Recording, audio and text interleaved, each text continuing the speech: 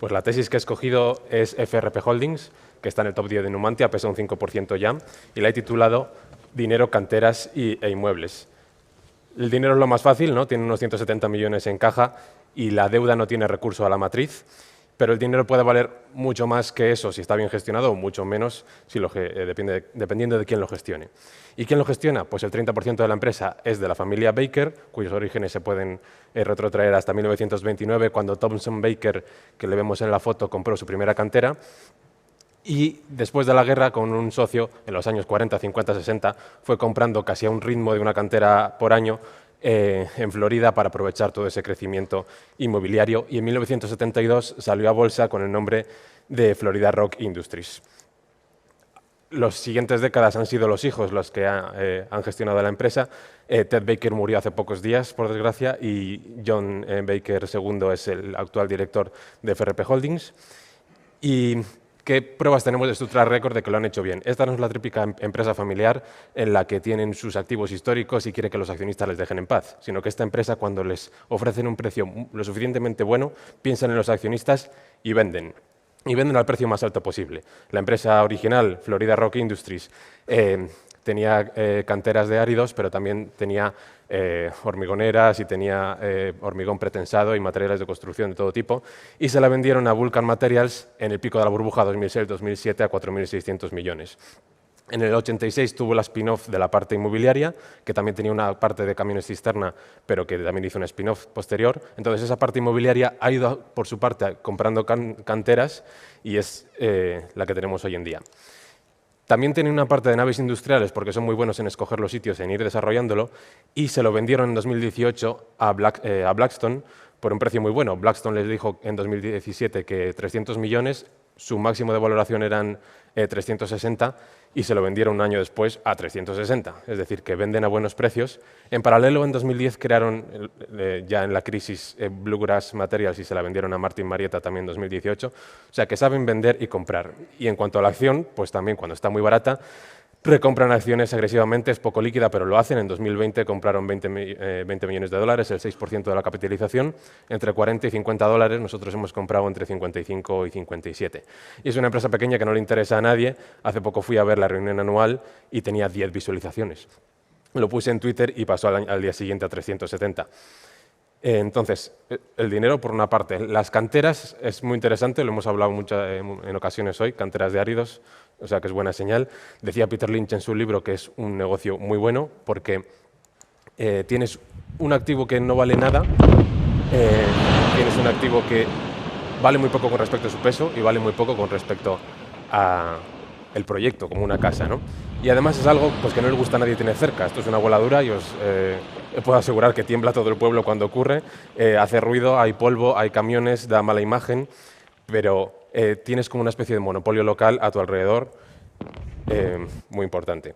Estas son todas las canteras que tiene FRP Holdings y ellos no operan las canteras, sino que las alquilan a cambio de un royalty a Vulcan Materials, a Martin Marietta, a Cemex, y tienen unas 550 millones de toneladas de grava, de caliza, de arena, y minan unas 8 o 9 millones al año, así que tienen unos 60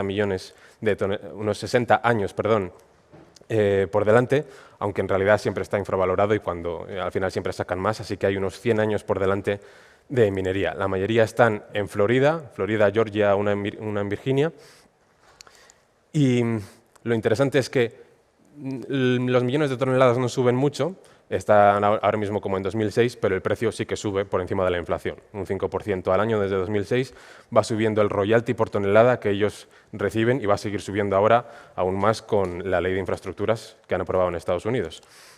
Entonces, esto ahora mismo en royalties recibe unos 10 millones de dólares al año. ¿A cuánto lo valoramos? Ellos dicen que una primera aproximación podría ser el EV/EBIT de Vulcan Materials, aunque Vulcan Materials, aunque crezcan igual, tiene más riesgo porque sufren la inflación de costes, ellos no, y ellos tienen un royalty mínimo al año que es casi un bono de Vulcan Materials indexado a la inflación. Pero bueno, con esas 21 veces tendríamos 200-220 millones de esta parte. Pero es que este es el mejor negocio del mundo, porque te pagan por hacer un agujero y luego rellenas el agujero, haces un lago artificial y vendes parcelas alrededor porque tú eres el dueño del terreno para construir viviendas. Entonces, hay algunas canteras en las que ya está empezando a pasar. En 2028 van a vender en Fort Myers, en Florida, en unas 108 parcelas y eso lo podemos descontar un 12% al presente y también conseguir entre todas ellas unos 80 millones de dólares, así que tendríamos 300 por esta parte. Pero lo más interesante es los inmuebles. Los podríamos coger a valor de balance a coste histórico muy infravalorados por 300 millones y ya tendríamos ahí unos 800, entre 9,4 millones de acciones, 85 por acción, pero merece mucho la pena entender inmueble por inmueble qué son y cuánto valen.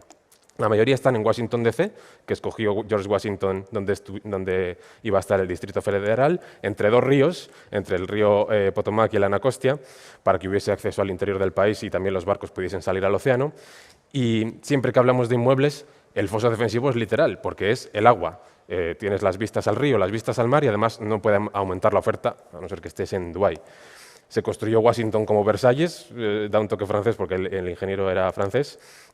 Y la parte sur siempre ha sido más industrial porque allí estaba la marina, construían los barcos, ha sido siempre muy fea y en el año 2000 empezaron a recalificar todo y a construir un barrio mejor. De esa spin-off del 86, FRP Holdings consiguió unos terrenos que eran industriales y en el 98 consiguieron la recalificación. Y desde el 2000 se ha construido muchísimo, hay un campo de béisbol, un campo de fútbol, muchísimos servicios. Mucho lo ha hecho Forest City, que lo compró Brookfield en el 2018, o sea que está Brookfield ahí construyendo y desarrollando.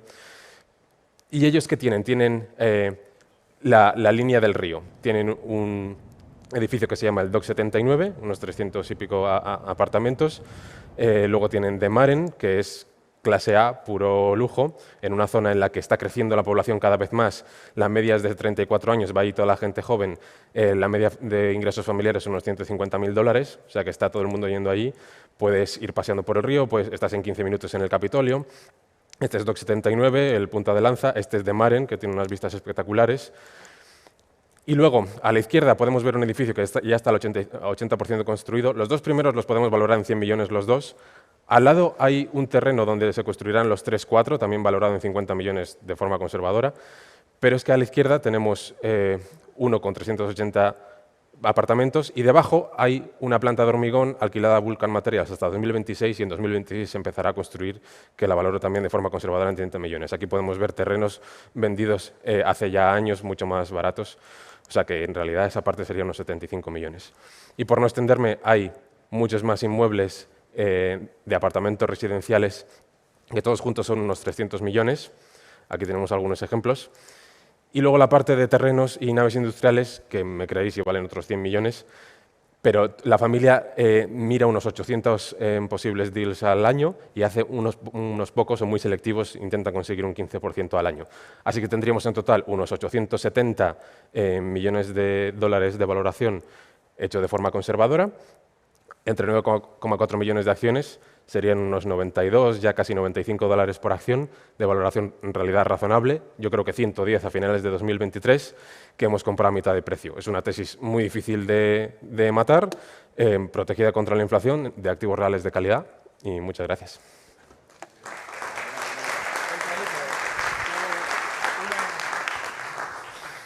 Una pregunta triple, Sí. Que al final te has comido el tiempo. Estaba sonando a mí la campana. Es que antes había una campana aquí gigante, pero ahora me la han puesto a mí. Es que es tesis de 1 hora, pero bueno. Oye, pensaba que ibas a contar MicroStrategy. No, MicroStrategy para la siguiente. Para el evento de noviembre, Porque no la pienso vender, así que para la siguiente. Oye, ¿qué liquidez tiene la compañía y de acciones negociables? Se antoja difícil construir una posición. Muy difícil. Esto es para un fondo pequeño o para inversores particulares que se quieran empapar muy bien de la empresa y no para un fondo de 1.000 millones. No la podría comprar. Vale. Porque a mí me ha costado mucho, me ha llevado semanas construir la posición de un 5% del fondo. Pero bueno, me gusta cada vez más. De hecho, le quería dar las gracias a Bill Chen, que es un gestor que se ha visto en persona todas y cada una de las canteras y todas y cada uno de los edificios y he podido tener conversaciones con él para ir valorando parte a parte y para conocer mejor a los directivos. Pero es una empresa pequeña, poco líquida. En la cual no esperas salida de emergencia. No. No, porque el 95% del resto del fondo es muy líquido, que podría venderlo en un día.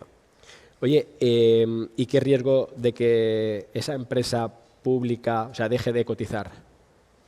Lo veo difícil porque al final es fácil que vendan a buen precio activos, pero yo a la empresa les veo, creo que van a seguir haciendo su trabajo, porque es una familia. En realidad el director financiero es el que lleva ahora los temas importantes, que es John Baker III, y luego David de Villiers Jr. y David de Villiers III. Entonces, estos son como dinastías familiares, son los que buscan esos 800 posibles acuerdos y luego los Baker deciden. Entonces, hay mucho futuro por delante para seguir haciendo lo que hacen y tienen un track record, pues eso, de inversión conservadora y de inteligencia y de creación de valor para el accionista. Y última pregunta, que ya estamos casi también en tiempo, si puedes aportar un precio objetivo, que lo has dado yo creo que al final, pero bueno, precio objetivo, y si crees que puede batir al mercado una opción tan conservadora. En el fondo estamos hablando efectivamente. Claro, con esto no vas a multiplicar por 10, ¿no? Pero vas a dormir tranquilo porque no tienes riesgo de valor terminal y tienes protección contra la inflación. Entonces, yo lo valoro en 95, ya he dicho 110 a finales del 2023, la hemos comprado entre 55 y 57, a poco más abajo ya empiezan a recomprar acciones y yo creo que crea valor a un 10% al año. Por esa valoración de 20 veces y por ese 5% de inflación. Los alquileres también están empezando a subir porque hubo una limitación de subida de alquileres que ya ha pasado. Entonces veo potencial y creación de valor a un 10% al año mínimo, porque ellos consiguen más de un 15% con cada euro que ponen a trabajar, pero son muy selectivos.